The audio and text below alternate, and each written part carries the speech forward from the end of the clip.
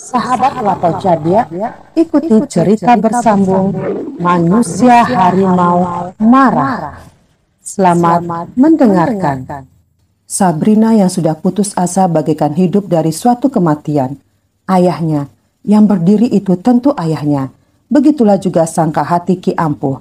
Dia tadi mengatakan bahwa tiap cindaku yang mati pada suatu saat akan bangkit kembali dari kuburnya untuk mendatangi orang-orang yang pernah menyakitinya atau mengunjungi orang-orang yang amat dicintainya. Ayah, teriak Sabrina, babi itu telah melepaskan calon korbannya. Mengambil sikap bertahan atau menyerang tergantung bagaimana langkah si pendatang itu selanjutnya. Kau mengganggu aku, cindaku, tentu kaulah yang bernama si Rimbo Gadang, ayah calon istriku ini, kata Ki Ampuh. Harimau itu diam, tidak menanggapi, juga tidak bergerak. Ia hanya memandang saja pada Sabrina dan Ki Ampuh. Mengapa kau mematung di situ? Apakah cindaku yang bangkit dari kematian tidak bisa berkata-kata? Ejek Ki Ampuh. Ia menyangka bahwa harimau itu ragu-ragu menyerang dirinya. Ayah, kata Sabrina lagi yang yakin benar bahwa harimau itu tak lain daripada ayahnya. Tetapi yang dipanggil ayah diam saja. Seperti tadi, ia hanya memandang. Tidak bisa ditebak apa yang tersembunyi di balik pandangan matanya itu. Ayah, aku bukan menyerah padanya. Ia menyerang. Aku tak kuasa melawan, kata Sabrina yang khawatir kalau ayahnya menyangka ia suka dengan babi itu. Harimau itu tidak menyahut, tetapi pandangan matanya berubah. Yang kucintai adalah Erwin, ayah, si manusia harimau. Tetapi ia tidak membalas cintaku. Salahkah aku, ayah? Anakmu ini bodoh, menghendaki pengecut dan pengkhianat yang sama sekali tidak menyukai dirinya, kata manusia babi itu menyela. Karena harimau itu tidak menanggapi, maka ia seperti menaruh harapan kembali. Barangkali saja Sultan Rimbo Gadang merestui pikirnya. Mendadak harimau itu menggeram, lalu matanya seperti memancarkan api. Kau babi laknat, Ki Ampuh, tak tahu malu dan kejam melebihi apapun. Kau mestinya tak ada di dunia ini, bentak harimau itu. Ki Ampuh terkejut. Harimau itu toh pandai bicara. Tetapi Sabrina pun terkejut heran bercampur malu. Itu bukan suara ayahnya. Ia masih ingat bagaimana suara ayahnya. Itu suara yang dikenal Ki Ampuh dan Sabrina. Tetapi mengapa mukanya pun muka harimau? Sabrina dan Ki Ampuh sama-sama heran dan agak mengerti mengapa harimau itu mempunyai suara Erwin yang biasanya adalah manusia harimau. Belum pernah Ki Ampuh melihat manusia harimau itu menjadi harimau seluruhnya. Apakah ini harimau sakti lain yang mempunyai suara sama dengan Erwin, atau hanya meniru suaranya untuk suatu siasat? Tak usah kalian ragukan lagi, kata harimau itu. Aku memang Erwin. Kini Ki Ampuh menjadi benar-benar hampir tak percaya. Musuhnya ini kini bisa menjadi harimau dengan kepala harimau. Adanya dia di kamar itu tentu karena mendapat firasat bahwa Sabrina dalam bahaya. Sabrina sendiri bagaimanapun heran dan terkejutnya menjadi lega. Kedatangan Erwin di saat ia dalam bahaya besar tentulah karena orang yang dicintainya mengetahui melalui firasat. Dan ia datang sudah pasti karena ia mau menyelamatkannya. Ia menyelamatkan sudah tentu karena sayang dan cinta. Ataukah karena kasihan semata-mata? Begitu tanyanya di dalam hati.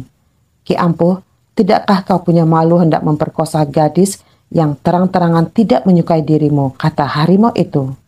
Apakah kau kira dia menyukai engkau? Balas Ki Ampuh. Setidak-tidaknya aku tidak berusaha menggagahinya. Biarlah ia menghina diriku karena ia percaya pada segala fitnahmu.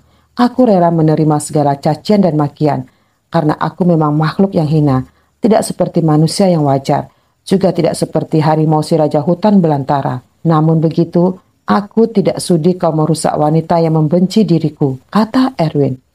Kini ia tunduk seolah-olah hendak menutupi mukanya. Sabrina amat terharu mendengar ucapan Erwin. Dalam merendahkan diri dan menerima semua penghinaan itu, tersembunyi tangis karena malu dan pilu. Lukakah hatinya karena Sabrina membiarkan ia pergi tempo hari setelah dihina dan difitnah oleh Ki Ampuh tanpa berusaha sedikit pun untuk mencegah kepergiannya. Apakah ia harus meminta maaf kepada Erwin yang pada detik tergawat telah menyelamatkan dirinya? Perlukah itu? Minta maaf kepada seseorang yang hanya menaruh kasihan padanya, padahal yang diharapkannya bukan ibah kasihan, melainkan kasih dan sayang. Jadi apa maumu sekarang harimau siluman? Ejek Ki Ampuh. Kau tahu apa mauku? Jawab Erwin. Maumu aku pergi dari sini? Jangan kau harap. Aku mau nyawamu, bentak Erwin. Kau gila, aku ini orang mati yang bangkit kembali. Orang hanya satu kali mati dan aku telah melaluinya. Aku tidak akan bisa mati lagi. Bagaimana pula kau hendak mengambil nyawaku? Mendengar ini, Erwin tidak segera menyahut. Apa yang dikatakan Ki Ampuh memang benar. Ia manusia yang telah mati, kemudian bangkit lagi jadi babi. Bisakah babi itu mati lagi, padahal ia sudah pernah mati? Benarkah orang tidak bisa mati dua kali? Erwin tidak dapat menjawab pertanyaan yang timbul dalam benaknya. Kalau benar Ki Ampuh tidak mungkin mati dua kali, maka babi yang tak lain dari Ki Ampuh itu tak mungkin dapat dibinasakannya. Dalam pada itu, pikiran sehat timbul dalam diri Sabrina. Kalaupun hanya karena kasihan, Erwin telah datang dalam bentuk harimau untuk menyelamatkannya. Dan ia masih utuh sebagai gadis karena kedatangan Erwin. Seharusnya dia mengucapkan terima kasih, tetapi hasrat hatinya yang masih mengharapkan lebih daripada kasihan dari Erwin menyebabkan Sabrina tidak dapat menahan pertanyaan. Erwin, mengapa kau datang menyelamatkan diriku? Sudah kukatakan, aku tak rela kau dirusak oleh berdebah yang tak tahu malu ini, jawab Erwin. Panas hati Ki Ampuh, dikatakan tak tahu malu dan berdebah pula lagi.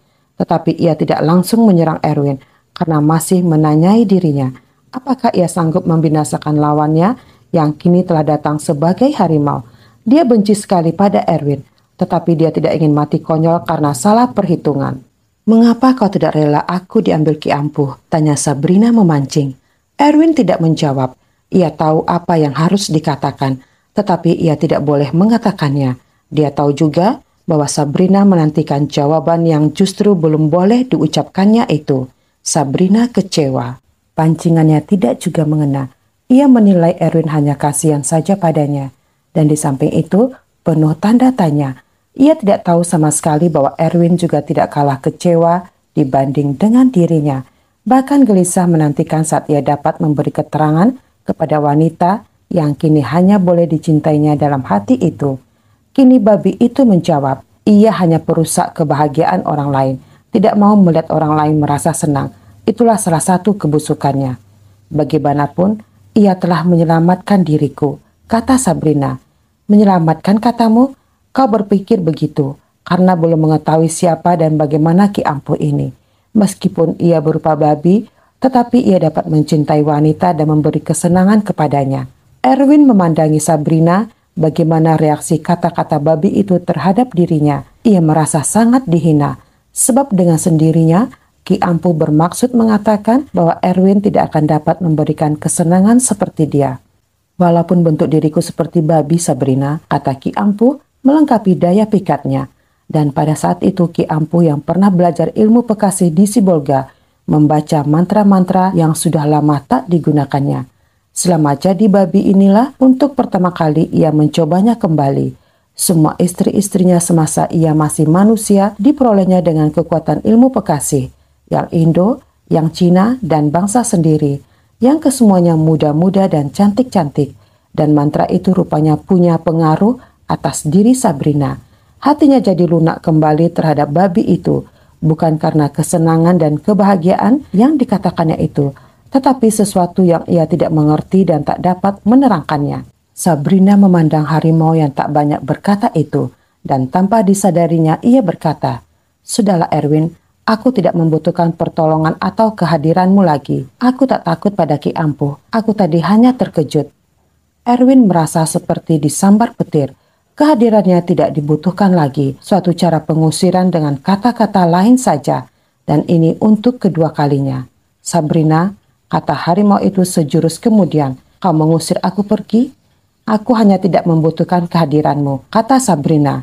Sama saja artinya, hanya ia tidak mau menggunakan kata-kata yang terlalu kasar. "Itu kan sudah jelas harimau siluman," kata Ki Ampuh kini jadi berani. "Sabrina tidak mau mengatakan mengusir, tetapi dia mengusir engkau. Ia mau berdua-dua saja dengan aku di sini," kata Ki Ampuh lagi tanpa malu-malu. "Sabrina, kau keterlaluan terhadap diriku," ujar Erwin yang harus menelan penghinaan dan menekan perasaan sayangnya kepada gadis yang masih bersih itu. Apakah menjelang selesai 40 hari sejak kepergian istri dan anaknya, ia akan kehilangan Sabrina pula yang tadinya sudah meringankan beban penderitaannya, walaupun tak dapat dikatakan menggantikan orang-orang tersayang yang telah tiada dan tak mungkin digantikan oleh siapapun. Sekali lagi, Erwin pergi dengan hati yang teramat masgul. Akhirnya kau menjadi bijaksana dengan pikiran sehat dan dewasa, Sabrina, kata Ki Ampuh. Kau akan menerima apa yang kujanjikan. Babi itu melangkah mendekati wanita cantik yang telah tunduk di bawah pengaruhnya dan akan menjadi mangsa. Sebagaimana sekian banyak perempuan semasa ia masih manusia dulu, telah menjadi korban kekuatan ilmu hitam dan guna-gunanya. Sabrina sadar bahwa babi itu asalnya manusia yang telah mati dan oleh kutukan sampai jadi begitu. Dalam hati kecilnya ia tidak mencintai babi, tak mungkin mencintainya. Tetapi ia juga tidak berdaya untuk menolak kini. Ia rasakan bahwa ia tidak berdaya. Kau percaya pada apa yang kukatakan tadi bukan? Dan kau telah melihat untuk kesekian kalinya bahwa si harimau siluman yang semula kau cintai itu sebenarnya sama sekali tidak mencintai dirimu. Ia datang tadi hanya karena sifat busuknya, tak rela melihat aku dan kau menikmati kebahagiaan. Kebahagiaan yang tidak pernah dapat diberikannya kepada istrinya dulu dan juga tidak akan pernah sanggup memberinya kepadamu. Kau telah melihat kebenaranku dan kau percaya bahwa aku benar-benar cinta padamu dan akan melindungi dirimu. Berkatalah sejujur hatimu, iya atau tidak. Aku tidak memaksa, kata Ki Ampuh yang tahu bahwa ilmu hitamnya telah bekerja sebagaimana mestinya. Ya, aku percaya padamu Ki Ampuh, kata Sabrina yang telah terpukau. Dan kau sayang padaku bukan? Ya, aku sayang padamu Ki Ampuh, kata Sabrina. Jelas hanya tanpa perasaan orang yang sedang jatuh cinta. Begitulah kekuatan guna-guna. Dan kau akan menurut segala nasihat dan permintaanku bukan? Tanya Ki Ampuh lagi